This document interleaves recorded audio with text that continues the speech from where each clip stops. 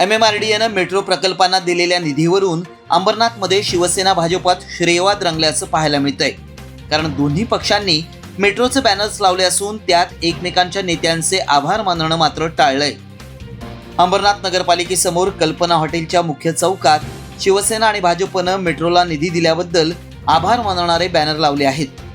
शिवसेनेच्या बॅनरवर उपमुख्यमंत्री एकनाथ शिंदे यांचे आभार मानण्यात आलेत, तर भाजपच्या बॅनरवर मुख्यमंत्री देवेंद्र फडणवीस यांचे आभार मानण्यात आले.